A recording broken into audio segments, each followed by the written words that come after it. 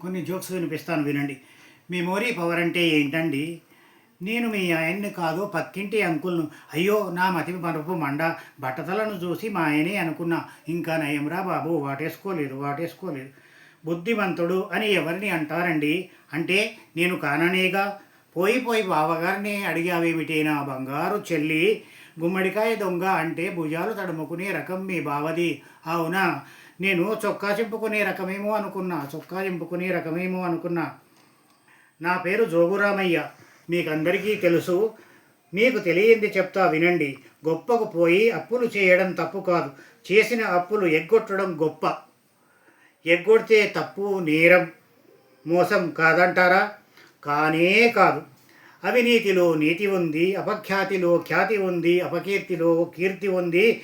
తెలుసుకొని చావండర్రా దద్దమల్లారా. విన్నారుగా? షేర్ చేయండి, లైక్ చేయండి, కామెంట్ పెట్టండి.